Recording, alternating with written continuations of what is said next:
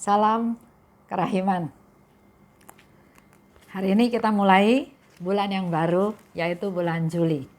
1 Juli kita akan bicara mau menggali kerahiman ilahi, menggali rahmat kerahiman ilahi dengan subtema keinginan yang sungguh-sungguh.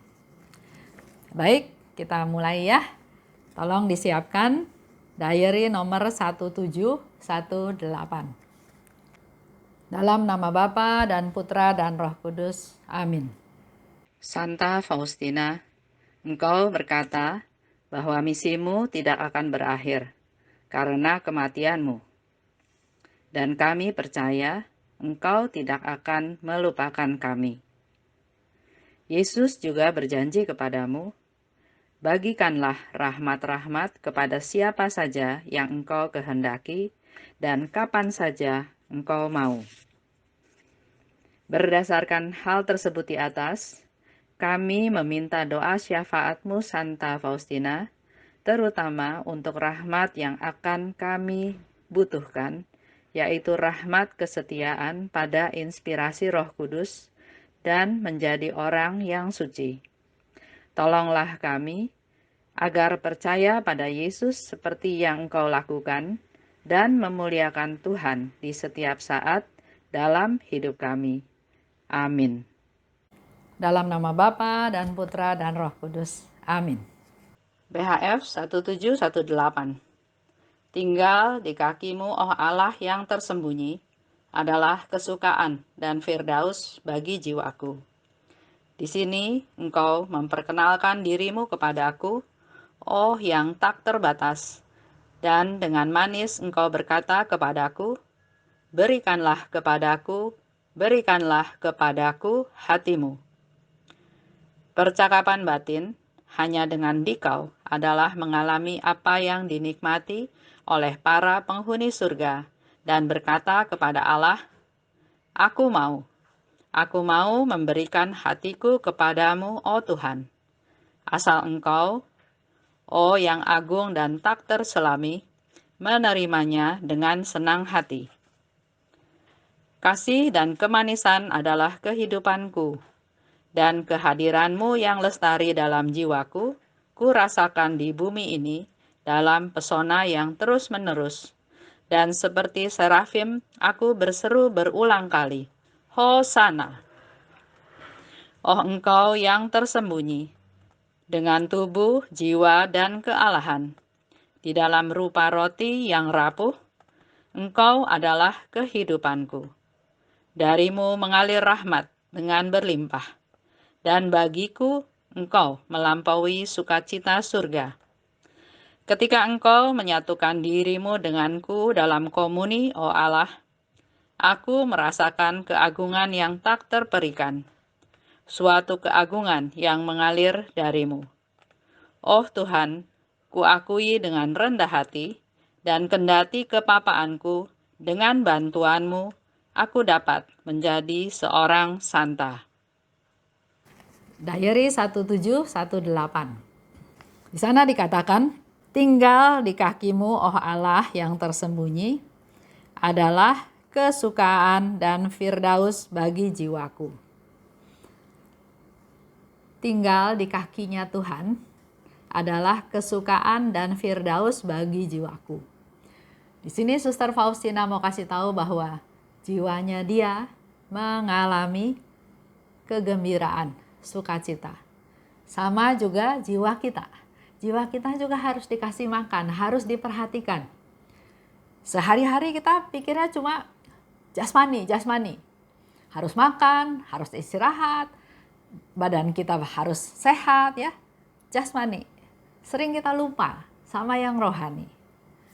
Pertama-tama di bulan Juli ini, Suster Faustina mau ingatkan bahwa jiwanya, jiwa Bapa dan Ibu juga perlu digembirakan. Dan katanya kegembiraanku, kesukaanku adalah tinggal di kakimu Tuhan. Dan di situ Tuhan bilang, berikanlah kepadaku hatimu. Tuhan minta hati kita semua. Kalau sekarang Tuhan bilang ke Bapak Ibu, berikanlah hatimu. Kita siap nggak kasih hati kita? Siap nggak hati kita dilihat sama Tuhan? Sering kita nggak sadar ya, ada hal-hal tertentu yang kita pendam, yang jadi rahasia, yang kayaknya semua orang nggak boleh tahu, bahkan Tuhan juga nggak boleh tahu. Tapi kita lupa, Tuhan tuh tahu semuanya, tahu segalanya, dan di situ dikatakan, berikanlah kepadaku hatimu. Apa yang dikatakan oleh Suster Faustina? Dia katakan, aku mau memberikan hatiku kepadamu, oh Tuhan. Aku mau. Kalau pertanyaan itu ke kita sekarang, siap nggak kita memberikan hati kita ke Tuhan? Kalau kita memberikan hati kita, terus Tuhan lihat hati kita, apa aja isi hati kita? Di sini dikatakan, Faustina ya, aku mau memberikan hatiku kepadamu, oh Tuhan. Asal engkau, oh yang agung dan tak terselami, menerimanya dengan senang hati. Kata asal di sini bukan berarti pakai syarat. Ya saya mau kasih, tapi kamu harus terima. Saya nggak gitu nangkepnya ya. Saya mau kasih tahu bahwa di sini justru Suster Faustina kembali mengungkapkan kerendahan hatinya. Tuhan minta hati saya mau kasih. Asal engkau senang hati menerimanya. Jadi bukan suatu syarat, tapi mau kasih tahu bahwa hati saya tuh papa. Saya tuh nggak bisa apa-apa. Saya tuh orang yang sangat-sangat sederhana, orang-orang yang berdosa. Jadi dia tahu hatinya, dia mau serahkan kepada Tuhan, tapi dia bilang, saya mau serahkan asal hati yang saya serahkan ini menyenangkan engkau. Nah, kembali lagi ke kita. Kalau hati kita dikasih ke Tuhan sekarang, kira-kira Tuhan akan lihat hati kita yang seperti apa? Hati yang hitam? Hati yang kotor? Atau hati yang bagaimana? Engkau yang tersembunyi dengan tubuh, jiwa, dan kealahan di dalam rupa roti yang rapuh. Engkau adalah kehidupanku. Darimu mengalir rahmat yang melimpah. Ini suatu iman dari Suster Faustina, ya. Engkau Tuhan tersembunyi dalam rupa roti yang rapuh. Kalau kita terima komuni, terima hosti, apa yang kita pikirkan? Sekedar roti tidak beragi, tidak berasa, atau kita mengimani bahwa kita sedang menerima tubuh Yesus? Kalau kita mengimani itu tubuh Yesus, kira-kira pantas enggak Yesus masuk ke dalam diri kita, ke dalam tubuh kita, ke dalam hati kita? Kalau di dalam hati kita masih isinya marah, dendam, kecewa, putus asa, berontak, kasihan enggak Yesus masuk ke dalam hati kita kalau hati kita masih isinya seperti itu?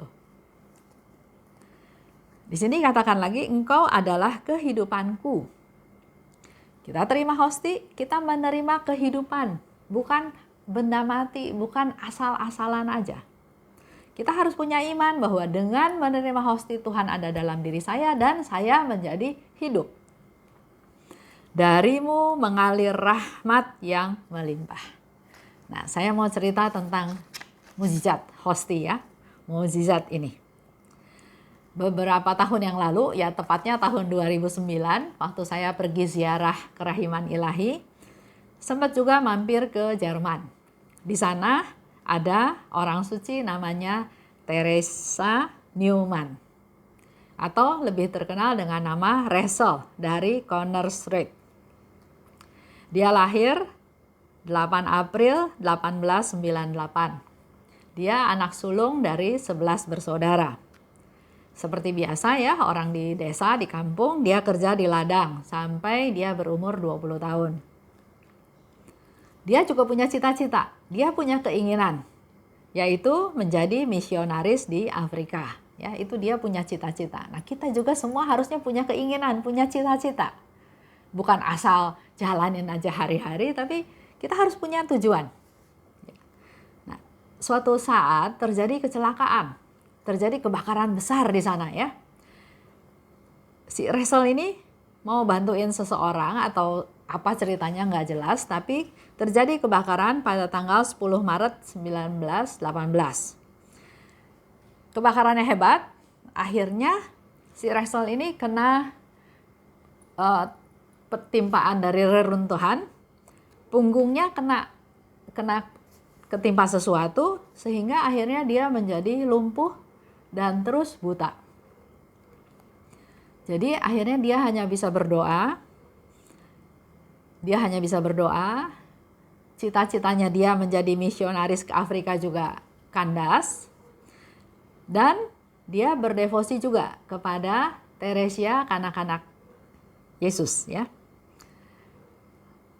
Nah, pada tanggal 29 April tahun 1923, waktu itu beatifikasi Teresia, kanak-kanak Yesus. Ternyata Resel sembuh dari butanya. 17 Mei 1925, Teresia, kanak-kanak Yesus diangkat menjadi santa. Dan Resel ternyata bisa jalan lagi, ya. Jadi dia sudah mengalami mujizat-mujizat. Tahun 1926, dia mendapat satu penglihatan tentang penderitaan Yesus di Taman Getsemani. Dan mulai dari situ, dia mengalami stigmata di hatinya, di tangan, dan di kaki. Awalnya waktu lihat luka, ya orang di kampung ya diobatin, dikasih salep, dibungkus, tapi ternyata nggak sembuh, malah tambah bengkak, tambah parah. Dikasih obat apa nggak sembuh, akhirnya ya sudah didiemin aja, ya. Didiemin aja, malah jadi sembuh, jadi kering. Tapi setiap hari Jumat, kalau nggak salah ya, stigmata itu timbul. Jadi dia merasakan sakit-sakitnya penderitaan Yesus pada waktu disalib. Waktu itu kita dibawa juga ke sana, ke gerejanya. Di belakang altar itu ada satu kursi di mana si Resel ini selalu duduk di situ kalau lagi misa. Dan karena kesakitan ya, dia juga mungkin menjerit atau nggak tahan. Jadi biasanya dia diikat di kursi itu. Itu ceritanya. Nanti kalau kita ke sana kita bisa lihat lagi ya. Selain itu, dia juga mengalami stigmata mahkota duri di kepala. Dia nggak bisa makan, dia nggak bisa minum. Awalnya dia masih bisa minum. Dia bisa minum dan dia menyambut hosti ya pada waktu komuni kudus. Tapi lama-lama dia minum juga udah nggak bisa. Jadi akhirnya dia hidup hanya melalui hosti yang dia sambut. Dan itu terjadi selama 25 tahun. 25 tahun dia hanya hidup dari hosti saja. Mula-mula orang sana juga nggak percaya. Dia diperiksa, bawa ke rumah sakit, dan akhirnya ternyata dibuktikan betul. Dia hidup selama 25 tahun hanya mengandalkan hosti setiap hari. Tahun 1927, dia makan hosti terus sampai akhirnya meninggal pada tanggal 18 September 1962. Ini mujizat ini yang saya mau ceritakan, bahwa hosti itu betul-betul makanan. Ya, Yesus katakan inilah tubuhku, inilah darahku. Kita juga dengar mujizat-mujizat lain tentang hosti yang menjadi daging yang berdarah. Ya, banyak juga yang mengalami kesembuhan melalui hosti kudus. Jadi kita perlu mengimani, perlu mempersiapkan diri bahwa kita betul-betul mau sambut Tuhan Yesus. Kalau kita mau sambut Tuhan Yesus, hati kita juga harus bersih. Jangan asal-asalan. Jangan, contoh ya, pergi ke gereja, saling tunggu. Terus si suami komplain karena istrinya lama dandan dulu. Si istri komplain karena anak-anaknya masih belum siap, belum ini, belum itu. Akhirnya sampai ke gereja, waktunya pas-pasan. Begitu pas-pasan, masuk ke gereja cari tempat penuh. Atau ada tapi di reserve orang. Ada kekesalan yang akhirnya saling menyalahkan. Kamu sih telat. Kamu sih dandan lama, jadi kita nggak dapat tempat duduk. Anak-anak sih kurang cepat bangunnya, kurang pagi, jadi kita nggak dapat tempat. Iya, itu sih kebangetan orang reserve tempat. Jadi, nah, suasana hati seperti itu, apakah layak terima komuni kudus, terima Yesus masuk ke dalam diri kita. Itu yang mau kita renungkan di hari ini 1 Juli. Jadi diary 1718 itu bicara tentang Ekaristi, bicara tentang persekutuan dengan Allah. Apa yang harus saya lakukan, persiapan apa yang harus saya lakukan supaya saya layak mengikuti perayaan Ekaristi. Supaya saya layak bersatu dengan Tuhan. Karena di sini dikatakan sekali lagi, Tuhan ingin kita menjadi anak-anaknya. Tuhan ingin masuk ke dalam diri kita, ingin bertahta dalam hidup kita, dalam keseluruhan keberadaan kita. Di situ dikatakan, ketika engkau menyatukan dirimu denganku dalam komuni, ya, seperti Santa Faustina katakan, ketika engkau, Tuhan, menyatukan dirimu denganku dalam komuni, aku merasakan keagungan mengalir darimu. Aku merasakan keagungan mengalir darimu. Coba kita bandingkan dengan diri kita. Kalau kita sudah terima komuni, apa yang kita rasakan? Sehingga saya katakan, kalau bisa, setelah terima komuni, doa, hening, kur juga lagunya yang tenang, supaya kita bisa berdoa, bisa bercakap-cakap dengan Tuhan, karena Tuhan ada dalam hati kita. Ya benar, seperti yang Suster Faustina katakan, dengan bantuanmu, ya, walaupun dia papa, walaupun dia tidak berdaya, walaupun dia berdosa, tapi Faustina punya satu keyakinan bahwa dengan bantuan Tuhan, karena Tuhan itu Maha Rahim, Tuhan itu Maha Baik, Tuhan itu Maha Mengasihi, Tuhan itu Maha Pengampun, maka dengan bantuanmu, Suster Faustina bilang, aku dapat menjadi santa. Sekarang, di zaman yang seperti ini, memang sangat dibutuhkan orang-orang yang hidupnya benar, hidupnya suci, hidupnya lurus, hidupnya berkenan kepada Tuhan. Supaya kerahiman Tuhan semakin boleh dikenal, dirasakan, dialami, dimuliakan, dan mereka-mereka akhirnya juga memuliakan, mewartakan, menyebarkan, melakukan apa yang dia dapat dalam kerahiman Tuhan dalam kehidupannya sehari-hari.